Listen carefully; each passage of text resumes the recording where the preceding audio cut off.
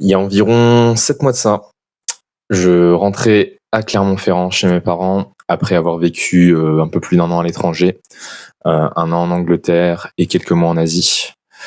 Je rentrais chez mes parents, sans travail, sans copine suite à une rupture, et avec, un bilan niveau santé pas terrible. J'avais quelques problèmes d'addiction niveau alcool. J'ai eu des gros problèmes de sommeil aussi, sur le temps où j'étais en Asie. J'avais pas mal de problèmes, un petit peu ouais, de santé, même de santé mentale. C'était pas une période où je me sentais très bien. Et, et suite à ça, j'ai changé d'environnement, je suis rentré chez mes parents et j'ai fait le travail qu'il fallait. C'est-à-dire que je suis rentré chez mes parents, j'ai arrêté de boire. Je me suis mis à sortir dehors, à me faire de nouveaux amis, à commencer des nouvelles activités, à prendre soin de ma santé mentale, à prendre soin de ma santé, à faire super attention à ce que je mangeais. Bon, j'ai toujours été plus ou moins quand même en bonne santé parce que j'ai toujours pratiqué énormément de sport. Ça, c'est vraiment pas quelque chose où j'ai jamais eu trop de soucis de poids ou de choses comme ça par rapport à parce que j'ai toujours une grosse pratique sportive, de musculation, de sport de combat, etc. Mais sinon voilà, pour tout le reste, j'ai fait super gaffe à ce que je mangeais pendant 6-7 mois. Voilà, je prenais un petit peu plus soin de mes relations, je sortais moins. Quand je sortais sans boire d'alcool. Je faisais voilà vraiment gaffe à ma santé. Je continue à faire du sport tous les jours. J'ai pratiqué de nouvelles activités. À côté de ça, j'avais pas de travail non plus, donc financièrement, j'ai trouvé. Ce que je cherchais en fait, c'était un emploi en ligne qui me permette de voyager, et d'être un petit peu libre au niveau de ma localisation. Je me suis mis à trouver ça. J'ai finalement en fait trouvé quelque chose qui me permettait de travailler en freelance en ligne dans le domaine de l'IA. Donc je commençais à travailler sur ça, à économiser un petit peu d'argent en restant chez mes parents, etc. Quand même en les aidant pour les courses un petit peu. Et au bout de 6-7 mois, le bilan fait que voilà, bon, j'ai réussi, j'ai repris un peu le contrôle de ma vie, le contrôle de ma santé. J'ai fait ce qu'il fallait, j'ai fait le taf.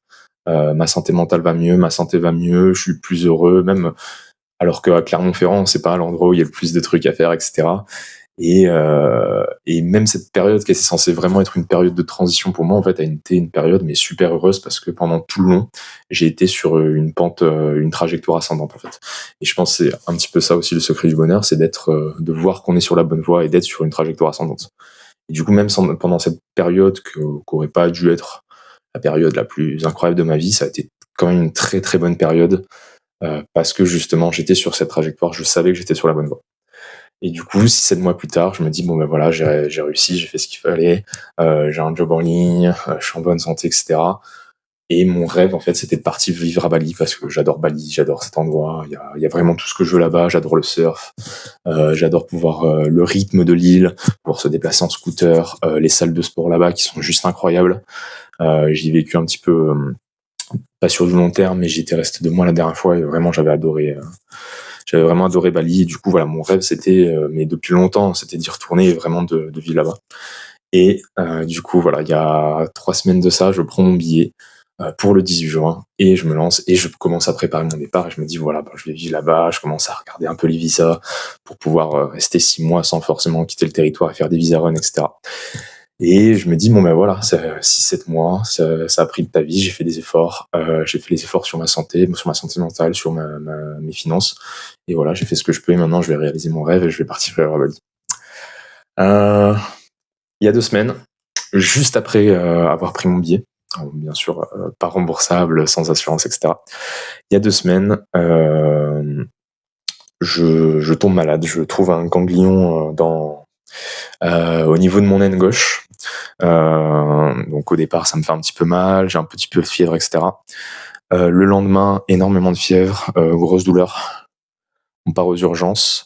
Aux urgences, ils me disent que j'ai une hernie inguinale et qu'il faut m'opérer d'urgence. Ils m'opèrent d'urgence, je me réveille en salle de réveil. Le chirurgien me dit que il n'a pas trouvé d'hernie. Donc ils m'ont opéré pour rien, grosso modo.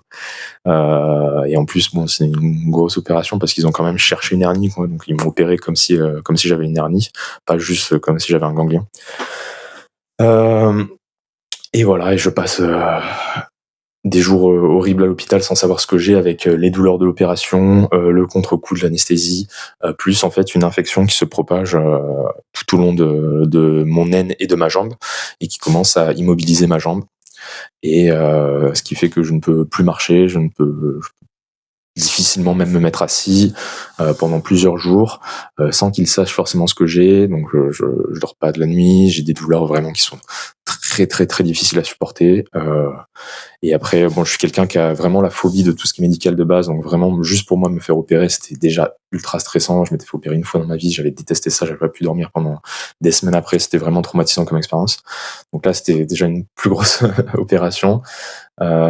Et plus, en fait, les douleurs de l'opération, plus en fait de l'infection après, qui ont fait que je pouvais pas bouger, que j'étais cloué au lit, sous 10 000 antalgiques, voilà. Bon, après tout ce qui est tout ce qui est plus ou moins commun, tout ce que il me faisait 15 prises de sang par jour, des intraveineuses de partout, le fait de voilà pas trop pouvoir se lever, ni pour aller aux toilettes, ni pour devoir pisser dans un pistolet, devoir faire 10 000 tests par jour pour savoir un petit peu ce que j'avais, parce qu'ils savaient pas ce que j'avais.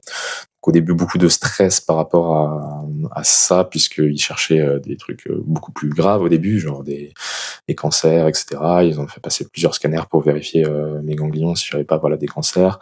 Après, ils ont cherché même une sorte de gangrène, un truc comme ça, vu que la douleur et la rougeur se propageaient. Aussi, mes testicules ont triplé de volume et étaient très douloureuses, donc ils ont cherché des choses au niveau testiculaire aussi, ce qui est très peu agréable. Donc voilà, et au bout de quelques jours à l'hôpital, je crois au bout du 4e jour, jeudi, vendredi, samedi, dimanche, ouais, je crois au bout du 4e jour, ils ont testé 2 nouveaux traitements en même temps, parce qu'ils savaient toujours pas ce que j'ai, et ces traitements se sont mis à marcher autour de mardi à peu près, donc mardi de la semaine dernière, et donc là, je commençais à avoir un petit peu moins de douleur, à commencer à pouvoir me relever un petit peu, donc à être un peu plus autonome, c'est-à-dire à pouvoir aller aux toilettes par moi-même, par exemple. Et voilà. Et après ça, du coup, bon, les antibiotiques se sont mis à marcher. Ils savent toujours pas ce que j'ai eu. Ils se doutent d'un staphylocoque, mais ils peuvent pas en avoir la certitude. Et voilà. Donc au final, le bilan, c'est que j'ai passé 2 semaines à l'hôpital. Je suis rentré chez moi aujourd'hui, donc je suis toujours sous perfu, mais je suis chez moi. C'est déjà ça. Et voilà. Et bon, bien sûr, du coup, mes plans pour Bali tombent à l'eau. Voilà, je pourrais pas partir à la date que j'ai prévue. Je vais devoir annuler mon vol, etc. Et j'ai encore minimum une semaine de convalescence sous antibiotiques, plus en plus quelques autres semaines sans pouvoir pratiquer de sport, etc. Donc là, le bilan, c'est quand même que j'ai déjà une expérience assez traumatisante, parce qu'il faut savoir, moi vraiment, j'ai vraiment du mal avec tout ce qui est médical. Déjà, une prise de sang, en fait, pour moi, c'est vraiment une épreuve. Je déteste. Enfin, c'est même pas vraiment la piqûre en soi, c'est vraiment tout ce qui est vraiment relié au médical. Par exemple, j'ai pas forcément de mal à avoir du sang dans la vie réelle sur sport. Par exemple, je me coupe de manière naturelle, ou même je regarde de la MMA, etc. Genre où les combats sont très sanglants, j'ai aucun problème avec ça. Mais par contre, voir du sang dans un bocal, ça me. Du coup, avoir un truc dans les veines H24 et voir une sorte de tuyau qui me passe dans le bras. Bon, là, je suis un peu anesthésié sur tout ce qui est des trucs comme ça. Mais voilà, c'était une expérience assez traumatisante déjà. Et ça, en fait, ça me renvoie. C'est comme si ma vie avait pris un recul de 3 cases gratuit. Et voilà. Et en fait, je dois plus ou moins tout recommencer.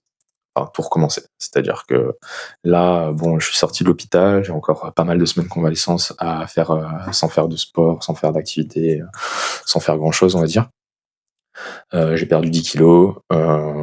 Voilà, au niveau de ma santé mentale, les antibiotiques ont complètement détruit toute ma flore intestinale, mon gut microbiome, etc. Tous les trucs auxquels je faisais gaffe, c'est-à-dire mon alimentation, tout ça, ça a sauté pendant 2 semaines parce que j'étais à l'hôpital, que déjà au début, j'arrivais pas à manger, et quand j'arrivais à manger, je mangeais ce qui était possible de manger. Donc la boue de l'hôpital, avec les barquettes en plastique chauffées, donc tout ce qui est perturbateur endocrinien, ce que tu veux. Donc là déjà, je suis chez moi, je vais pouvoir commencer à remanger de la vraie nourriture, c'est-à-dire des steaks, des œufs, des choses comme ça. Donc ça, c'est cool. vais essayer de vite reprendre un petit peu le poids que j'ai perdu. Donc ouais, là, je suis rentré chez moi et pourtant, c'est vrai que j'ai énormément de mal à être content en fait. Voilà, je devais être content. Voilà, bon, j'ai passé 2 semaines à l'hosto. Là, je suis chez moi, j'ai mon lit, je peux manger ma bouffe. Bon, je peux pas faire grand chose parce que j'ai un truc planté dans le bras, mais je peux quand même un peu plus marcher, me déplacer, faire des trucs un peu plus qui ressemblent à des trucs d'humains, quoi. Donc, mais c'est vrai qu'en fait, vu que tous mes projets ont été mis en pause, ont été retardés, etc., c'est extrêmement dur de se sentir mieux.